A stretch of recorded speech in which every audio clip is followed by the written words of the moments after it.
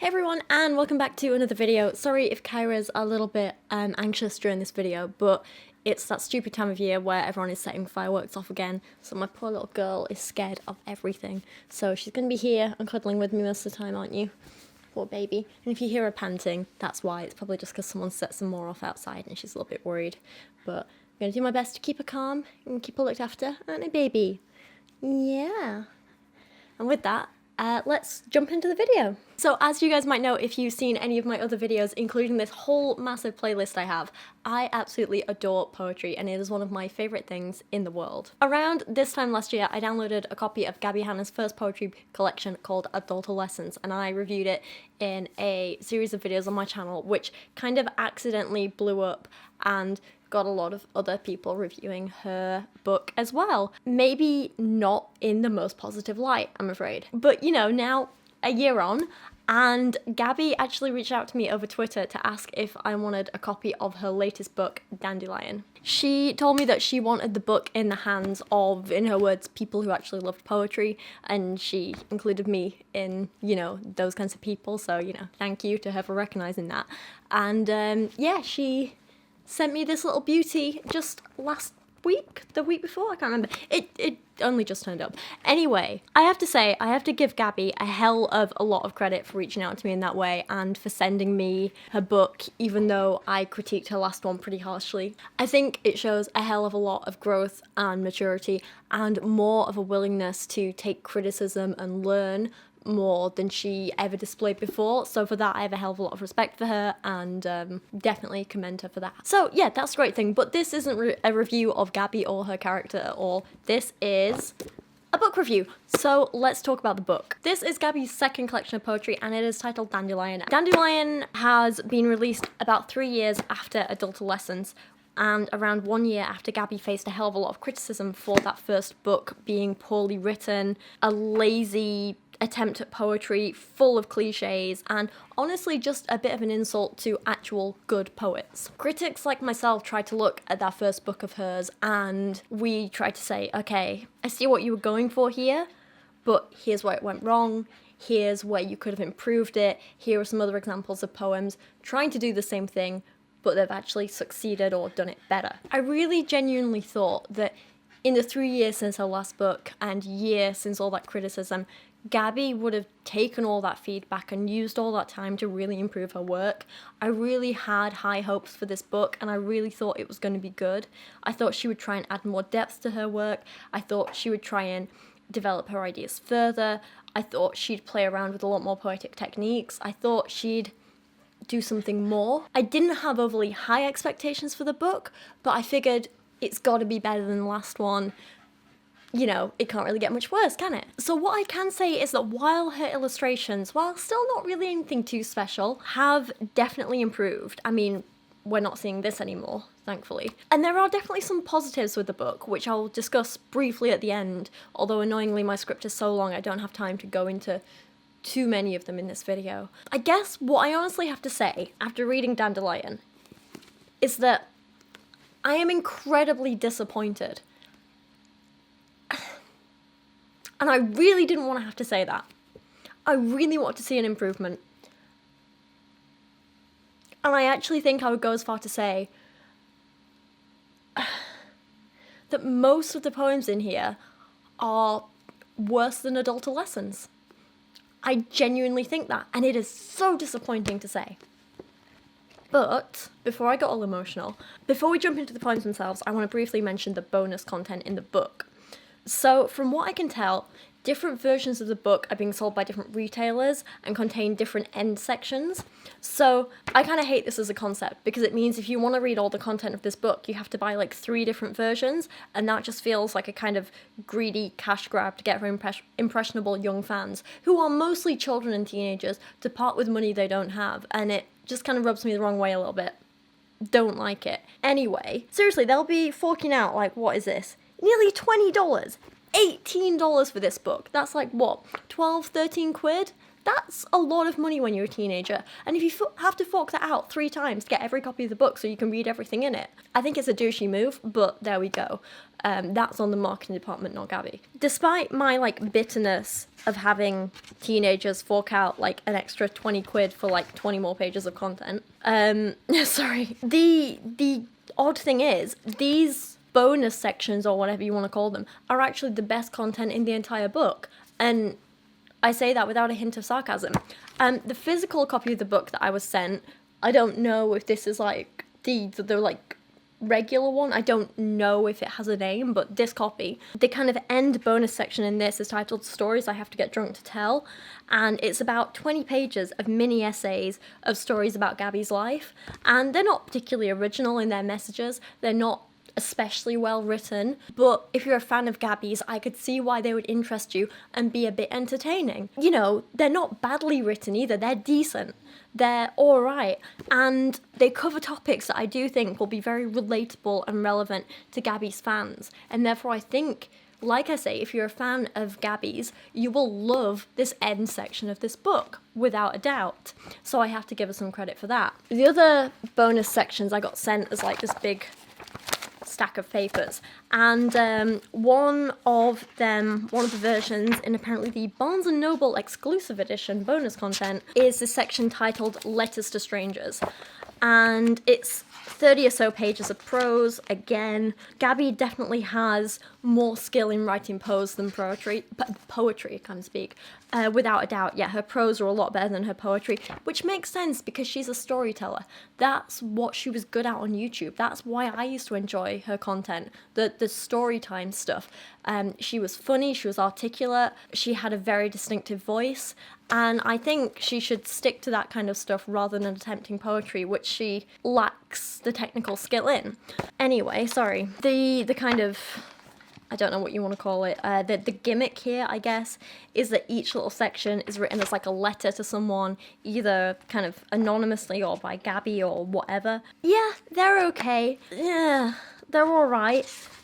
Although I have to admit at this point, I didn't finish this entire section because I was seriously exhausted with Gabbie's writing and I got a bit bored. So maybe it gets better towards the end of this section, but yeah, I just thought it was kind of mediocre and whatever. But again, if you're a fan of Gabbie, you'll probably really like it, so there's that. And the final bonus section is titled Doodles and Musings, and this is the bit that I actually think is good, and this is the best bit out of all the content that I was sent. So let me get it out. Again, this is one of the shorter bits. It's about maybe 20 pages, and it's kind of sad that the best content is like 10 pages of this. So, bit of a shame. Some of the pages, I admit, are just kind of boring, generic doodles and whatever, and nothing really special or interesting, just stuff like this. I don't particularly find it fun or good.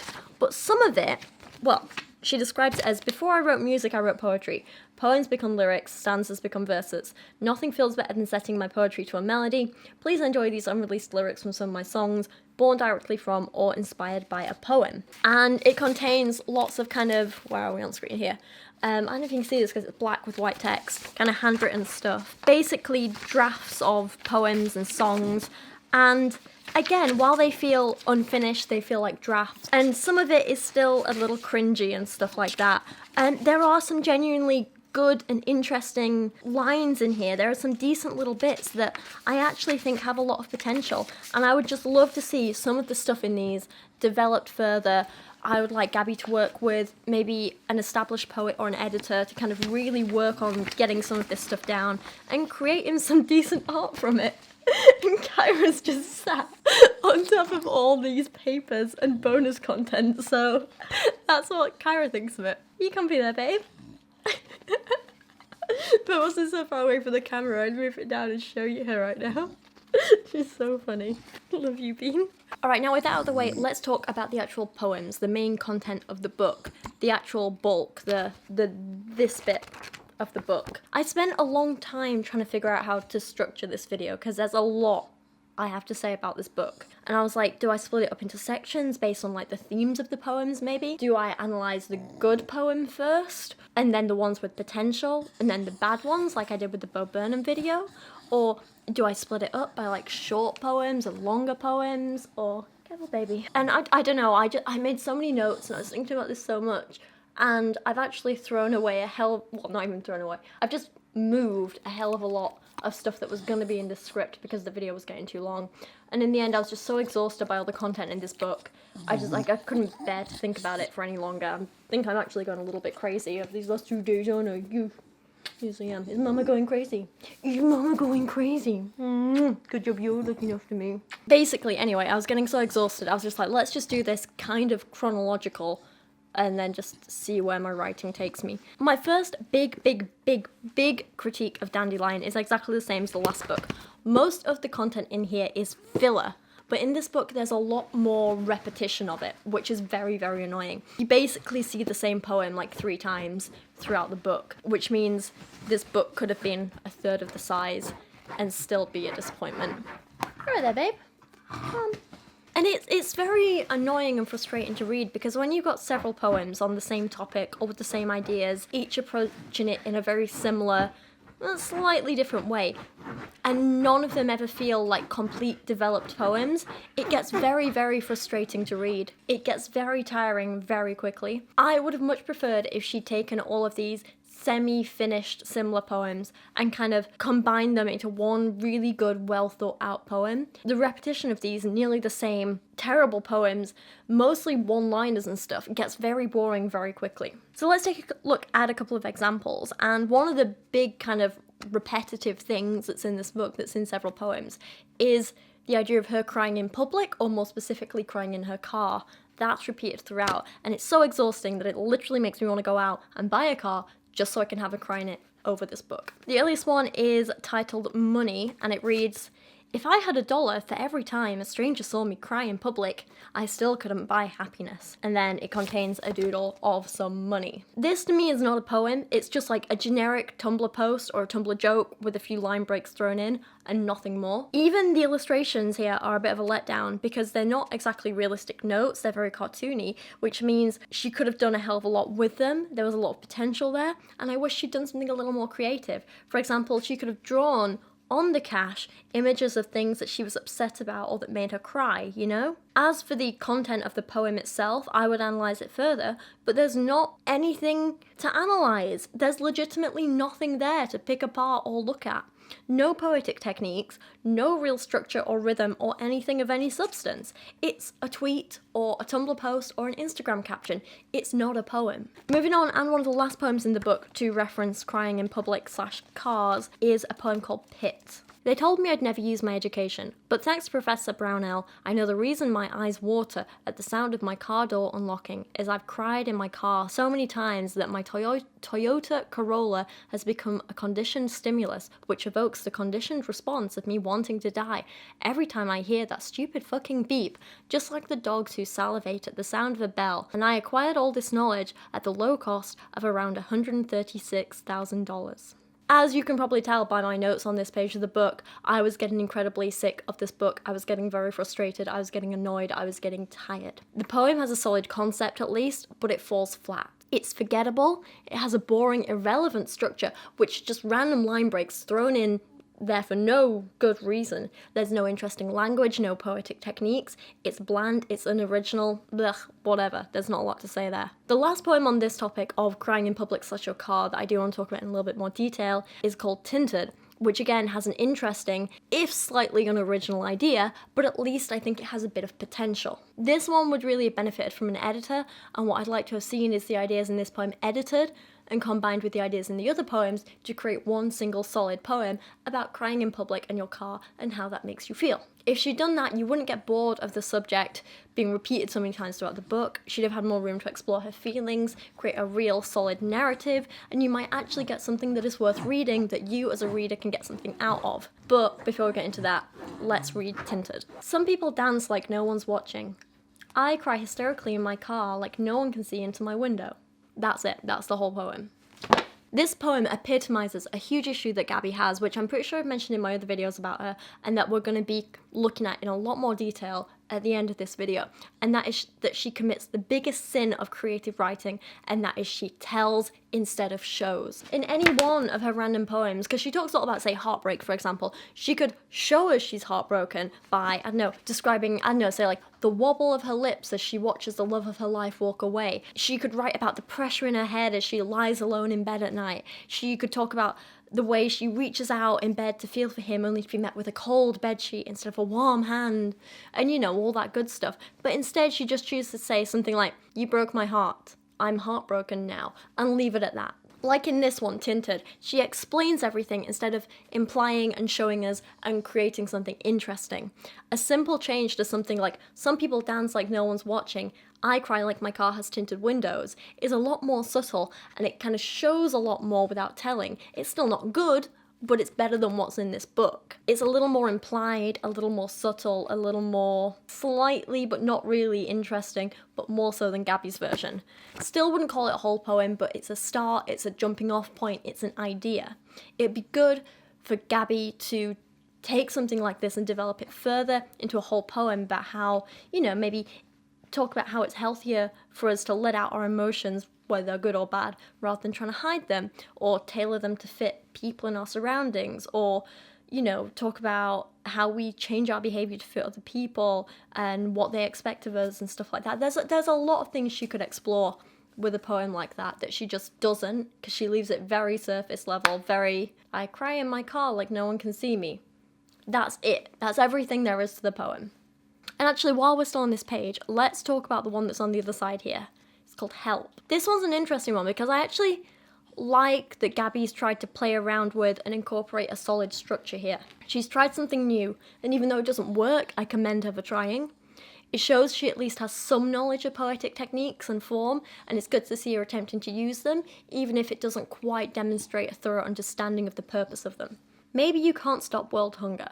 Maybe you can't stop senseless violence, but you can stop loneliness. Maybe you can't offer food and water, maybe you can't offer solutions, but you can offer your time. Maybe you can't change the past, maybe you can't change the world, but you can change. You can keep your fake care, you can keep your thoughts and prayers, but you can give someone your heart. Maybe you can't be a hero, maybe you can't be a saviour, but you can be a friend. So my first reaction to this poem was how it just sounds more like a cringy Instagram caption than a poem, but that's par for the course at this point, so why am I even saying it again? I don't know why I was shocked. But what I want to talk about here is the structure of the poem, so let's take a look at that. It's a simple structure, but when something like this is used in the right way, it can be very, very powerful and effective. I'm going to start by stating the obvious here, but there is a point to it, okay? So this poem's basic form is 5 repetitions of 2 lines and then 1 line. It's also important to note that the 2-line stanzas both start with the same phrase, which here is called anaphora. In stanzas 1, 2, 3, and 5, this repeated phrase is "maybe you can't." The separate 1 line then offers a counterpoint to whatever the 2-line part was. It's simple but effective, you know? Maybe you can't do this, but you can do this. And with the structure, it works, it's good, it could be powerful, it has potential. However, usually with a poem like this, to be effective, you need some kind of hard-hitting last stanza. It can't just fizzle out like this one does. You either need that last stanza to summarise or to hammer home your message in some way, or subvert expectations, or just do something a little different. When you've got a lot of repetition going on like this, and that repetition is useful to highlight how important something you're saying is, but when you've got a lot of repetition like that and a lot of the same thing happening, a break in the structure, a subversion of expectations, doing something a little bit different can be really, really powerful and really important. And as well as getting your message across, so the reader doesn't get bored. What's odd about this poem is that Gabbie does have a break in structure, but it comes in the 4th stanza, not the final one. So in the 4th stanza, she changes "maybe you can't do X" to "you can keep your Y." And then she sticks with that, "but you can blah blah blah" in the 3rd line. So it's not a full change in structure, just like a half change in structure, which kind of undermines the change at all and any impact it was going to have. It's odd. And also the way it's included in that 4th stanza instead of the 5th, without any real reason, kind of suggests to me that instead of changing it for a reason, Gabbie just threw that 4th stanza in there because she struggled to come up with another way of wording "maybe you can't blah blah blah." So she just stuck that in the middle and hoped no one questioned it. It doesn't feel intentional. The way it reverts back to that original structure in the final stanza, just like nothing happened, also kind of confirms this to me, and it kind of suggests to me that when Gabbie was writing this, she didn't really put that much thought into how her poem's form would convey her message. She thought, this is my message, I'm going to use this form, but she didn't really think about how they were going to be used together and how the form itself could be a part of conveying that message. If you're going to use a structure where your stanzas are like same, same, same, different, same, I want it to have a purpose. So for this poem, for example, it might have been cool to have a series of 3 rhyming couplets with the maybe you can't message, and then the 4th stanza, a rhyming couplet of but maybe you can, and then stanza 5 reverting back to but maybe you can't, because it's showing how even when you have good intentions and an idea of what you can do to make the world a better place, it's still hard to have any kind of impactful change.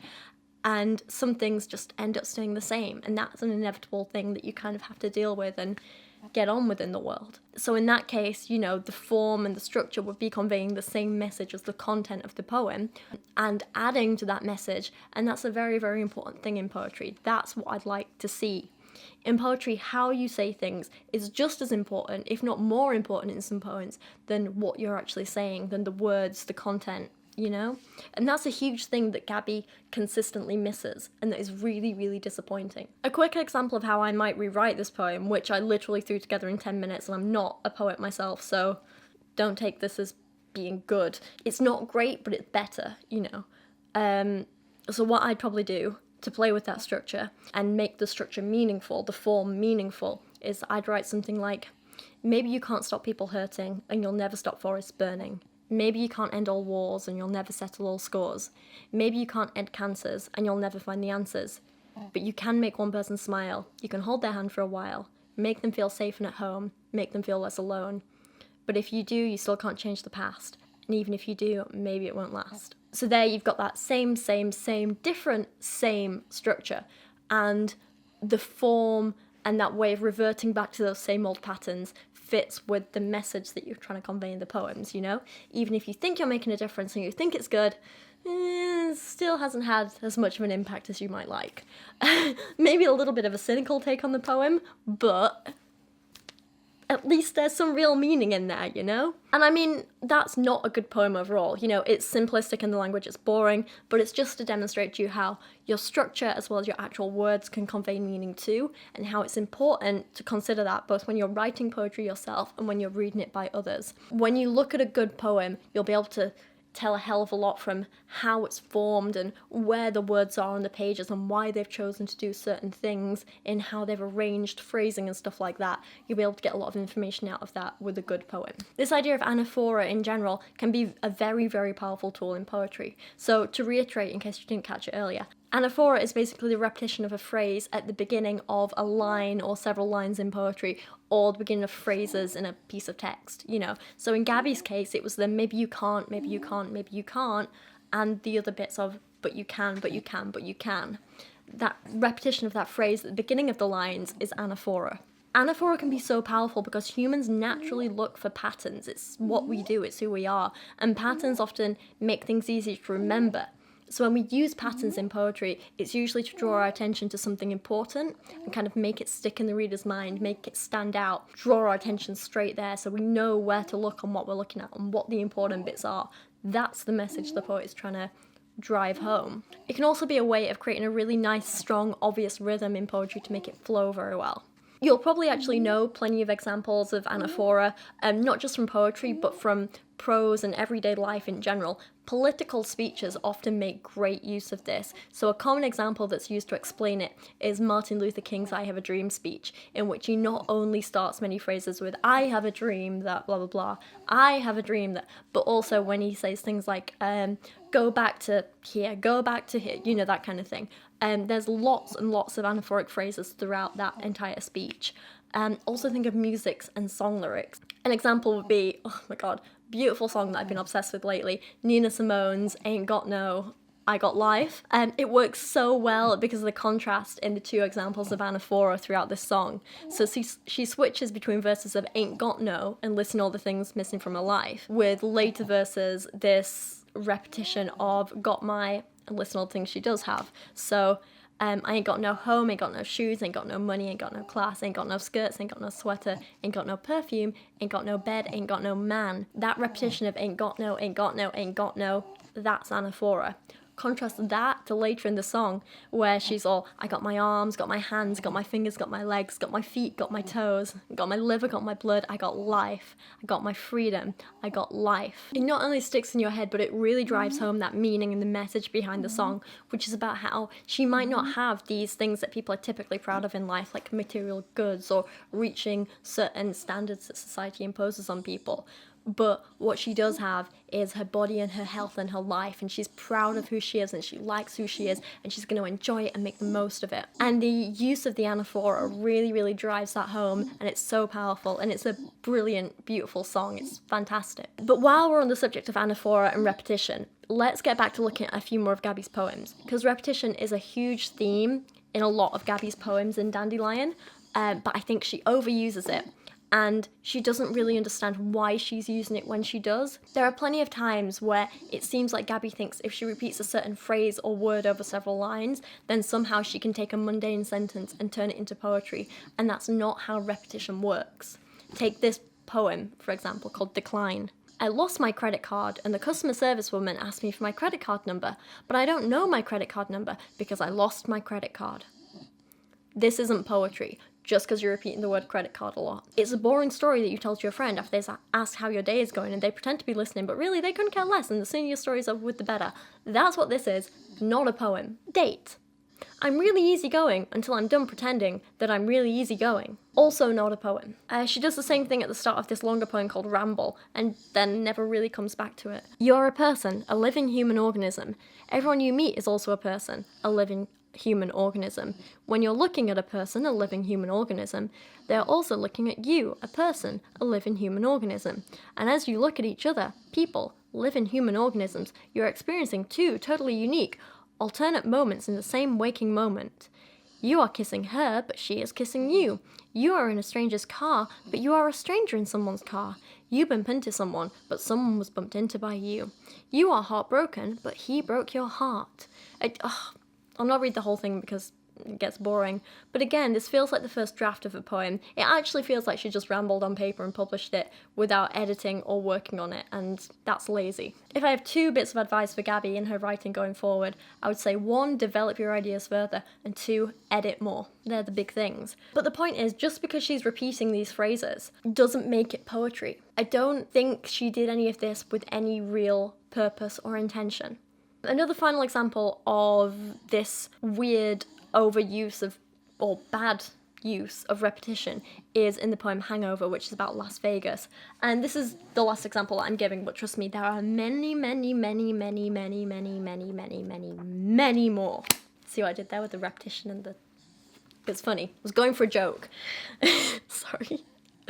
So, again, in this Las Vegas poem, she uses a little repetition here, but again, it doesn't really feel like it's being used with a good reason. I'd actually like to see more repetition in this poem, which is kind of the opposite of what I was just saying. But I'd also maybe like to see a few adjects in here to show how when you first get to Vegas, you're so excited and thrilled by these things that she's writing about and the things she's repeating. Casinos, strip clubs, shows. And then after a while, they become so repetitive and commonplace, it's almost boring. I'd like to see the poem using repetition of these places to show you how something goes from thrilling and exciting and new to mundane and ordinary and dull. So the poem that Gabbie wrote is simply, the best time in Vegas isn't the casinos or the strip clubs or the shows. It's watching the people at the casinos and the strip clubs and the shows, desperately trying to convince each other and themselves that they're having the best time.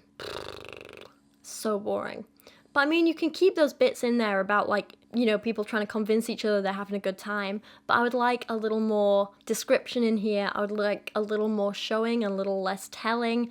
I think there's a hell of a lot more you can do with this poem and this concept as a whole. And like I say, I would actually like more repetition, but varied repetition, if that makes sense. Repetition used for different purposes at different points in the poem. I hope I'm conveying that idea properly. It's getting late, my head's a little fuzzy. This has been a long couple of days. Another huge issue that I noticed a little in Adultolescence, but that I'm noticing more and more and more in Dandelion. Huge problem that Gabbie has, and it really, really surprises me because she's a musician. But when it comes to her poetry, Gabbie has absolutely no sense of rhythm, and that's a huge, huge issue for me.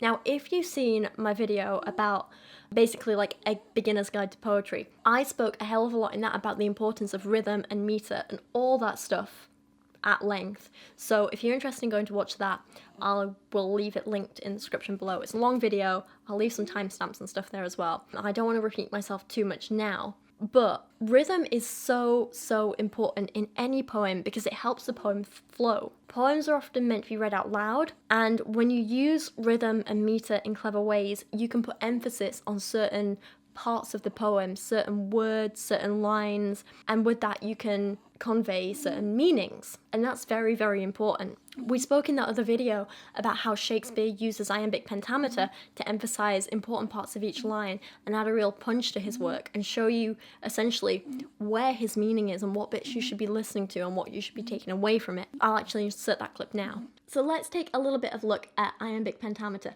because it's probably one of the most famous ones. It's the one that everyone knows because it's like, oh yeah, Shakespeare wrote an iambic pentameter.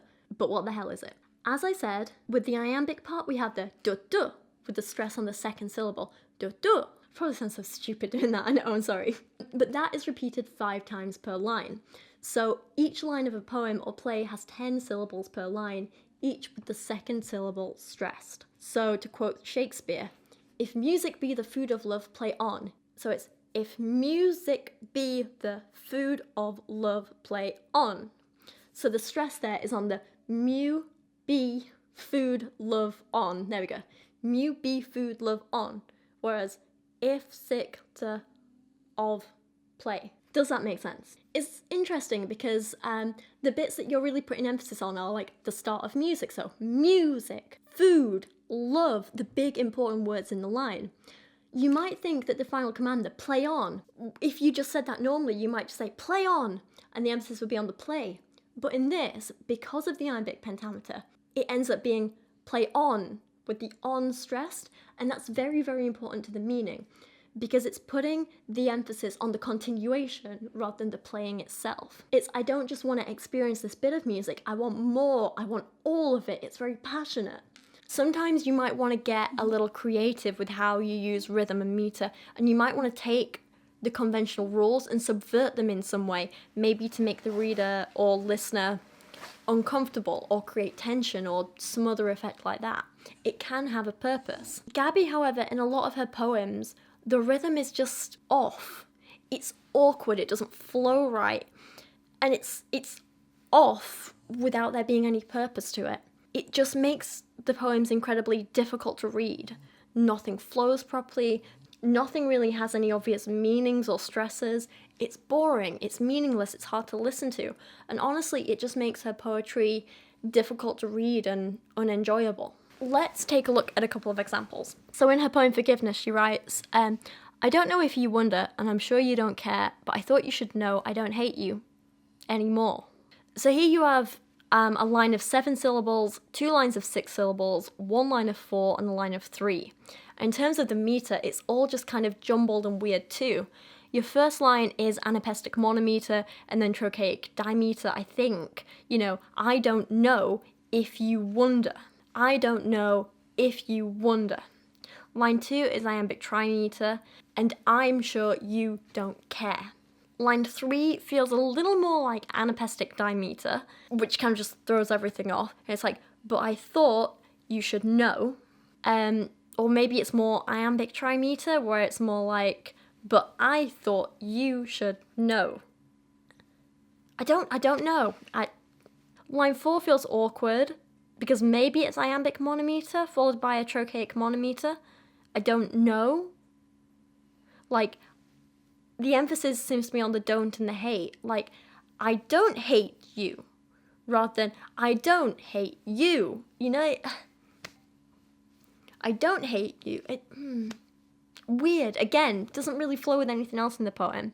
And then finally, that anymore, I think, is anapestic monometer. I don't know. It's hard. None of these words really work or flow together in any kind of natural rhythm, and it feels there's no deliberate meter used, so you just kind of stumble through it without really knowing where the emphasis is supposed to be. Even if you try and get into a flow with those first 3 lines, those last 2 just kind of throw it off completely. You just can't really make it sound right, you know, like, I don't know if you wonder, and I'm sure you don't care, but I thought you should know. I don't hate you any more. Or I don't hate you any more. Or I don't hate you any more. It's hard. Where do you put that emphasis? I know as I'm reading this, I'm like exaggerating more than you would normally, but my point is that like there's just not that natural kind of flow there that you get in good poetry, you know? A lot of poems, that the meter isn't necessarily obvious. You don't necessarily need to sit there and say, well, this is Ironbic Pentameter, this is anapestic trimeter, this is this. Like, you don't necessarily need that because you... It's hard to say. The meter's quite intuitive in good poetry. So let me open this to a random page. And here we go. Invisible Kisses by Lem Sisse. I don't know this poem, I've never read it before, but it's in an excellent, excellent collection, Penguin's Poems for Love. Beautiful little collection. If there was ever one whom when you were sleeping would wipe your tears when in dreams you were weeping, who would offer you time when others demand, whose love lay more infinite than grains of sand. If there was ever one to whom you could cry, who would gather each tear and blow it dry, who would offer help on the mountains of time, who would stop to let each sunset soothe the jaded mind. If there was ever one to whom when you run will push back the clouds so you are bathed in the sun, who would open your arms if you would fall, who would show you everything if you lost it all. There you go. I have never read that poem before, never mind out loud, and yet the rhythm just flowed. Especially because as you got further into the poem, you got more familiar with it because she kept that same rhythm throughout each verse.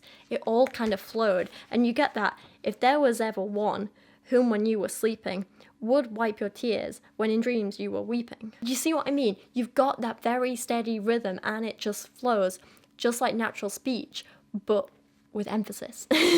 So in this, like that first line, you know, if there was ever one being pushed, being stressed, we're talking about this one special person. That's emphasized. Anyway, without going into too much detail about this, the point is, the rhythm, the meter, even in this, it's not hugely strict, but it's obvious and thought out, and it works. Whereas in Gabbie's, it just kind of, it's awkward. And I know you can be like, well, free verse is a thing, and it is, but using free verse just means you don't have to stick to strict rules and patterns, but poetry still needs to sound right. When you use free verse, you still have to do it with a meaning and a purpose, and this doesn't. It's just kind of awkward and bad. Same goes for plenty of other poems too. So some of her longer ones, where she's tried to stick to a stricter form, just not managed it. For example, Sever is a perfect example of this. I'm jealous of people who can cut someone out of their lives, swiftly sever ties, drift without a guise. I'm envious of those who are graceful with goodbyes, can quickly abscise and easily ostracize. I've never been the type to give up so fast, let you slip from my grasp, let the past be the past. I hope that someday maybe I'll learn to let memories burn past the point of no return. So I like that she's tried to use a stricter structure here, but I think it's something she needs a lot of practice at doing. So I think it was like Picasso said, or at least it's attributed to him, whether he said it or not is another story, but something like, it took me 4 years to paint like Raphael, but a lifetime to paint like a child. And I think one of the big things here that he's saying that is often overlooked is that he's actually saying he had to learn how to master all the known and proper techniques of his craft first, and then he spent the rest of his life being creative with that knowledge and the skills he acquired during that time. He learnt those rules so he could know how to break them effectively. And that's what separates Picasso's childlike creativity and meaningful work from the work of an actual child. Gabbie skipped the Raphael stage and went straight to the doing it like a child phase. The problem is she doesn't understand the rules of poetry and the techniques behind poetry well enough to break them effectively. And that's why her work sounds like it was written by an actual child rather than just being written with a childlike enthusiasm or creativity. You know? That's the difference. Anyway, back to this poem, Sever. So structure-wise, it's nice to see her try something that could actually be considered complex for her. It's still basic, but it's better than most of her stuff, and she's got a solid structure and she's stuck to it, and the poem progresses well. Those first 3 stanzas talk about who she is now, that last one talks about who she wants to be. Clear progression there, and a conclusion. She's using a structure to show her meaning, and that's brilliant. That's something she's done well and that she should be doing and that she should keep on doing. It's just the content of each stanza that's lacking. She completely ignored considering the meter or the rhyme or even basic things like line length. And when you've got a strict structure like this, that's so hard for me to say, really bringing out the lisp today. When you've got a strict structure like that, things like line length are something you need to consider a lot. You might have also noticed when I was reading it that while they weren't perfect, the first 2 stanzas flowed and worked together a lot better than the last 2, and there's a very simple reason for this. The first 2 stanzas both have the same number of syllables. The last 2 don't. It varies and they're shorter. And that's not for any particular reason, just out of lack of consideration, and it kind of throws off the whole poem and its flow. I've labelled the number of syllables on each line and each stanza on this little image here for you, so you can kind of start to see how unbalanced this poem is. Look at those differences in line length and listen to how jarring that is. Like, even the stanzas, which are the same length overall, have different line lengths, and it messes with how you read it, and it messes with where the emphasis is, you know. I'm jealous of people who can cut someone out of their lives, swiftly sever ties, drift without a guise. I hope that someday maybe I'll learn to let memories burn past the point of no return. It's just kind of unbalanced and a little awkward. The rhymes, however, work, and they hold it together to some extent, but even they're kind of confused and a bit jarring. You know, the first and second stanzas have the same rhyme scheme, which kind of gets you into this flow and this pattern when you're reading it, and you expect that for the rest of the poem, but then it changes in the third stanza without any real good reason. And then, probably Gabbie's just going to think of any more words to rhyme with guys and ostracize and blah blah blah. So she changed it for the third stanza. I'd rather have those first 3 stanzas with the same pattern have the same rhyme scheme rather than 2 the same and then 1 and 1, because it feels lazy and like a mistake rather than anything intentional or meaningful. There's also the issue that in the second stanza, for example, because those lines have stresses in different places, the rhyme scheme doesn't quite work. Are graceful with goodbyes, can quickly abscise, and easily ostracize. You've got kind of the emphasis on buys, size, so that the rhyme doesn't quite work to the fullest. It's a little awkward. And that's before we even cover the fact that stanza 1 and 2 literally just say the same things but with different words, so it makes one of them redundant. You don't need both those stanzas. It's simply page filler. The final and big issue that I have with Gabbie's poetry in Dandelion, and I know this video is getting long, I'm sorry, is that she's constantly telling and not showing. Poetry is all about showing. I spoke about this a little bit earlier. But basically, the thing about good poetry is that it shows you the message that the poet is trying to convey by using language in a creative way that allows you to figure out the meaning and interpret it for yourself. It doesn't just explicitly tell you what to think or what the poet is saying. Being so explicit and straightforward can sometimes be a useful thing in writing. For example, if you're writing an essay or a scientific paper, you need to be straightforward and say, this is good because X. This means Y. This because this, you know?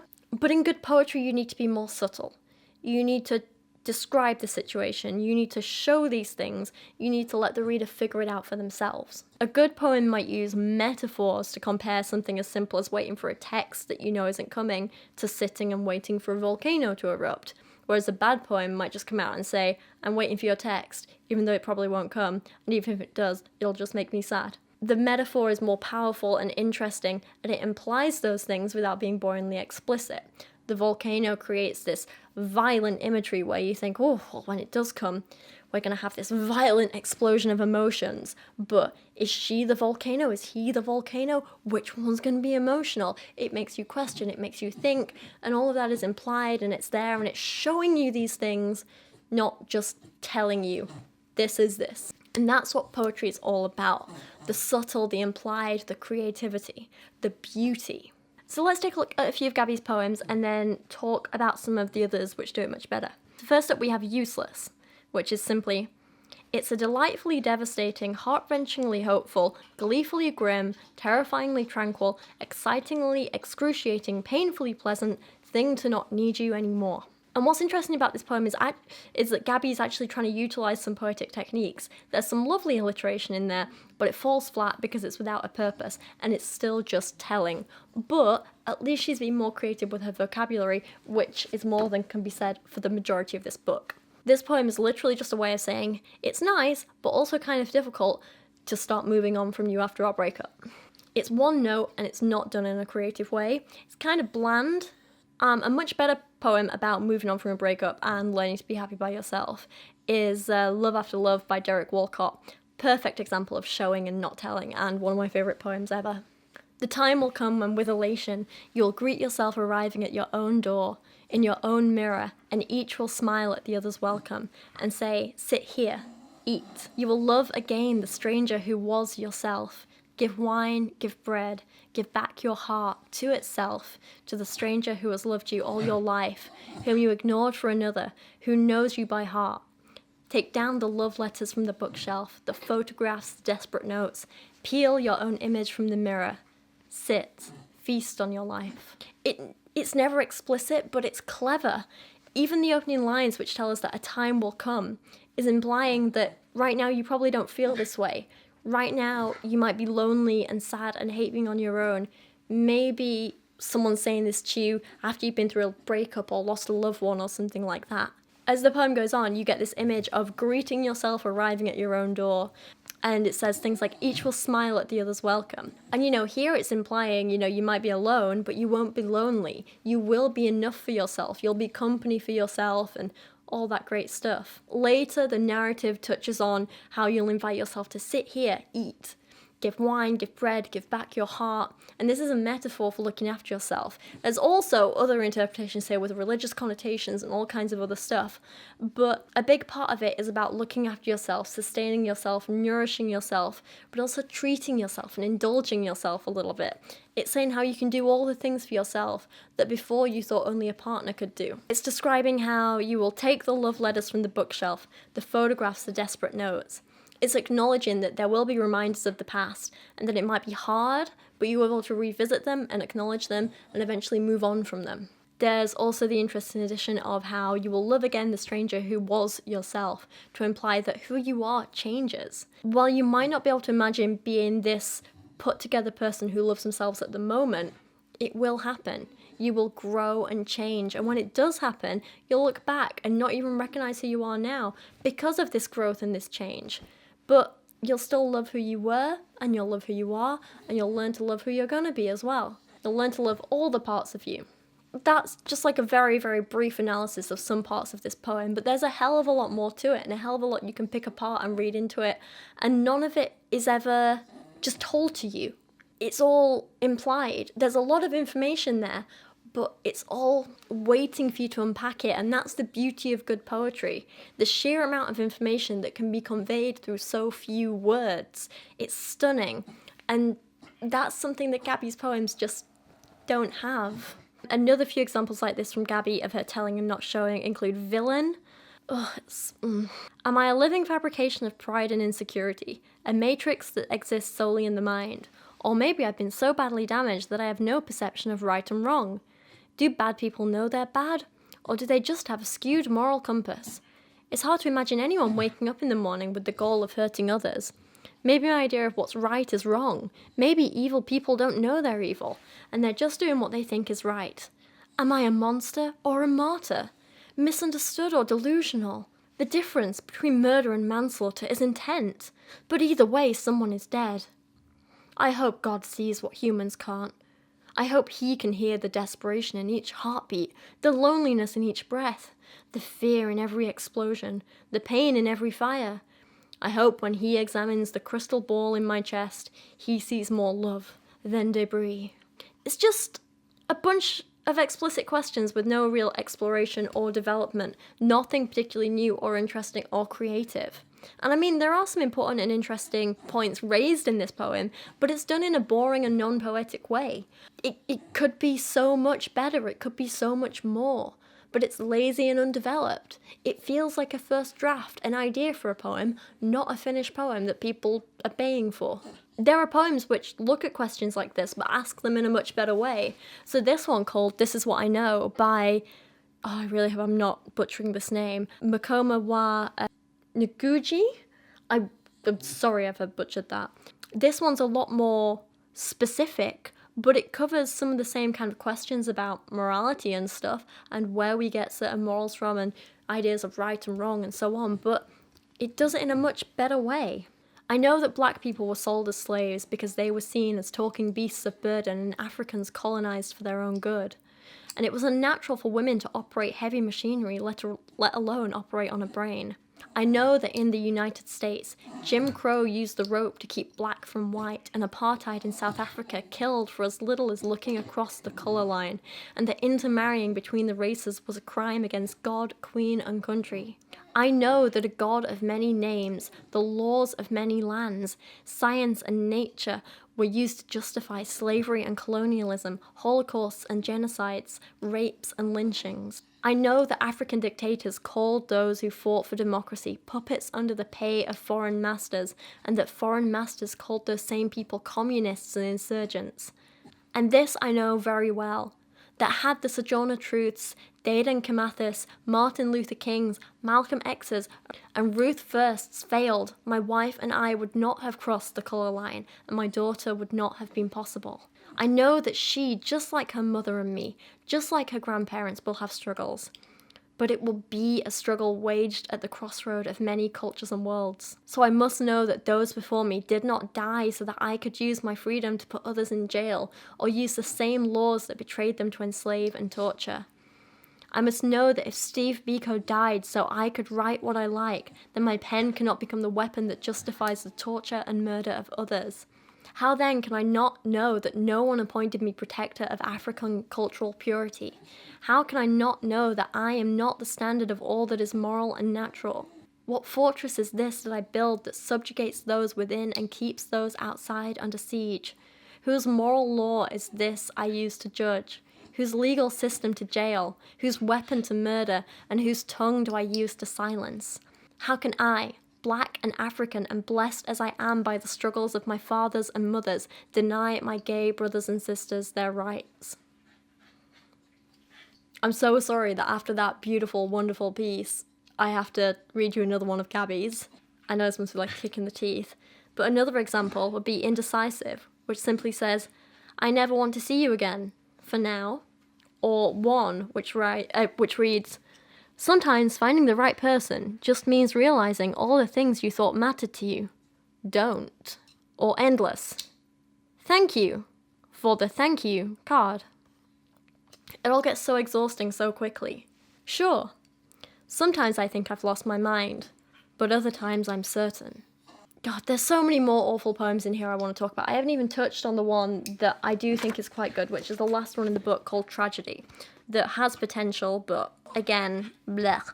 But I'm going to end this here because my poor Pickle is stressing out a little bit, aren't you, baby? And I think she needs a proper cuddle to stop her being so scared of the fireworks. And so that's where I'm going to end this. But for now, thank you for watching. I'm sorry I didn't enjoy this book, but thank you to Gabbie for sending it me anyway. I really hope she can actually try and take some of this as the constructive criticism it's intended as, and try and learn and grow and improve and do better. But for now, if you've read this book, please let me know your thoughts on it down in the comments below. Let me know your thoughts on the poems that we've read today. If you'd like me to do a second video looking at the poems that I haven't even touched on today, because there are so many I still want to talk about, but just haven't had the time. If you would like a second video on this book, please let me know down in the comments. But for now, thank you for watching. If you're new here, please subscribe because I make lots of other videos about poetry and books and social commentary and science and all kinds of fun stuff like that. And also I have the world's cutest dog. I'm sorry she's a little stressy tonight, but it's not her fault, is it, my poor baby? She's got a bit of an upset tummy and the fireworks are scaring her. And you just need a bit of love, don't you, gorgeous girl? Yeah, should we go have a snuggle together? Yeah? Alright, I'm gonna go spoil my Pickle now. Thank you for watching today, I appreciate you all so much, and I'll see you all again very, very soon.